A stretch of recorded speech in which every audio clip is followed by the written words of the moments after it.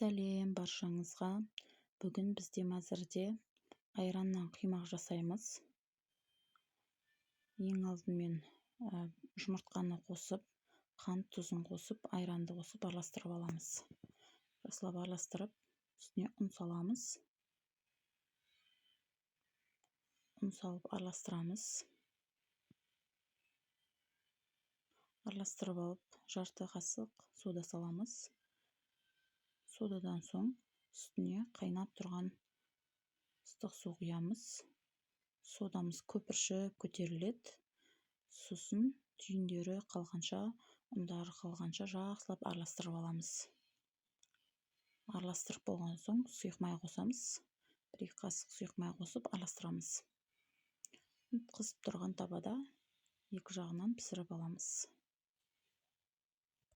Бұл бізде қимақтарымыз орысша айтқанда ажурный дырочкамен дейді ғой, сондай болып шығады.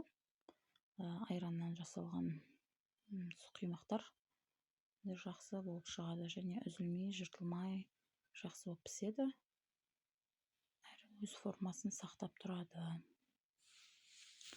Тез әрі оңай, жылдам пісірілетін қимақтар. Мен күнделікті балаларға пісіріп отырамын.